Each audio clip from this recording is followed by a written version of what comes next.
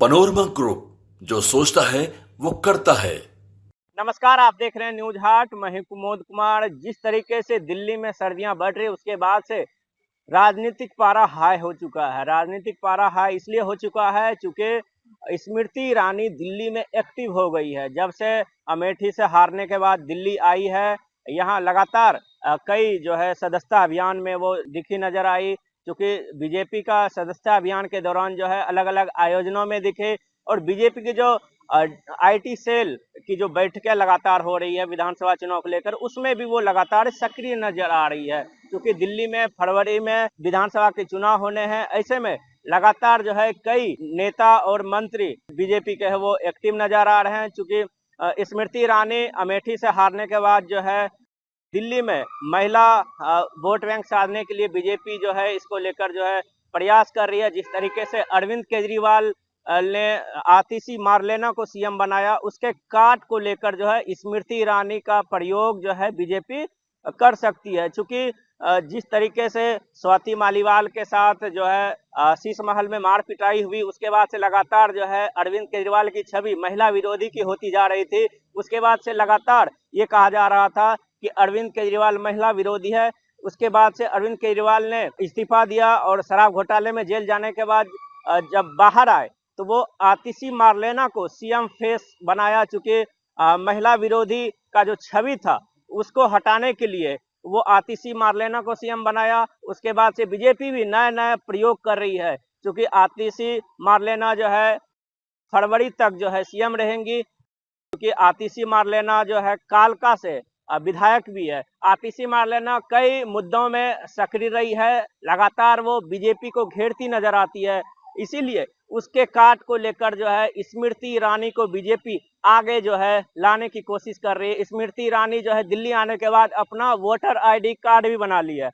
Voter ID card बनाने के बाद अब खबर आ रही है कि स्मृति ईरानी शालीमार बाग से चुनाव लड़ सकती है। हो सकता है कि सीएम फेस का जो है चेहरा हो सकती है। चूंकि दिल्ली में महिला वोट बैंक साधने के लिए जो है स्मृति ईरानी का बीजेपी जो है प्रयोग कर सकती है। इसके बाद सबसे बड़ी खबर यह है कि अरविंद केजरीवाल जो लगातार कह रहे हैं कि कांग्रेस के साथ अलायंस नहीं करेंगे, आज फिर उन्होंने ट्वीट किया है कि अलायंस नहीं करेंगे। लेकिन कल जिस तरीके से शरद पवार के घर पे बैठक हुई, उसके बाद से चर्चाएं का दौर जो है गर्म है।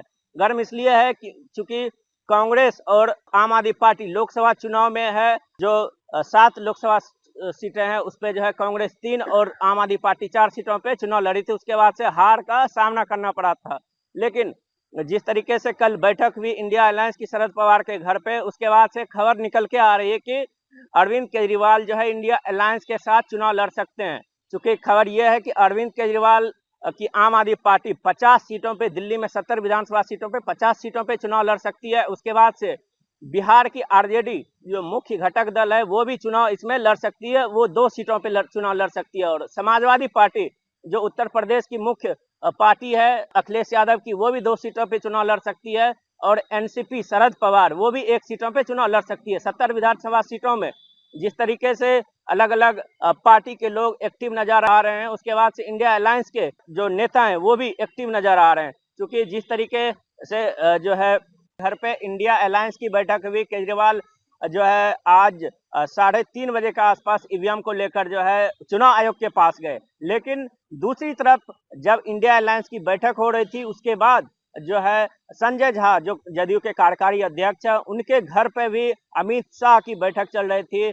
या कहें या रात्रि भोज, जिस तरीके से बिहार के सभी सांसद और मंत्री एनडीए के घटक दल वहां मौजूद थे। उसके बाद से जो राजनीतिक सरगर्मियां हैं वो तेज हो चुकी है। बिहार में भी 2025 में विधानसभा चुनाव होने हैं, इसको लेकर भी कई मुद्दों पे बात हुई होगी। चूंकि बिहार में जिस तरीके से जीतन राम मांझी और चिराग पासवान में टकराव को स्थिति को लेकर भी अमित शाह ने संजय झा के आवास पे रात्रि भोज में साफ निर्देश दिया है कि बिहार में एनडीए की एकजुटता बनी रहे, ताकि एक दूसरे पे आरोप प्रत्यारोप ना लगाएं। क्योंकि चिराग पासवान और जीतन राम मांझी लगातार एक दूसरे पर हमलावर रहे हैं, चाहे कोटे में कोटे की बात हो, चाहे कोई अन्य मुद्दे की बात हो।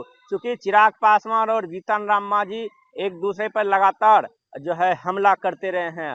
अब इसके बाद बड़ी खबर ये, बिहार में अक्टूबर और नवंबर के आसपास जो है बिहार विधानसभा चुनाव होने हैं। इसको लेकर भी अमित शाह ने बिहार के मंत्री और सांसदों को साफ निर्देशित किया है कि वो अपने क्षेत्र में जाए और जनता के मुद्दे को सुलझाए। चूंकि बिहार में जो भाजपा और जेडीयू और लोजपा का अलायंस है और मांझी का अलायंस है, उसके बाद से साफ निर्देशित दिया गया है कि एक दूसरे पे बयानबाजी ना करें।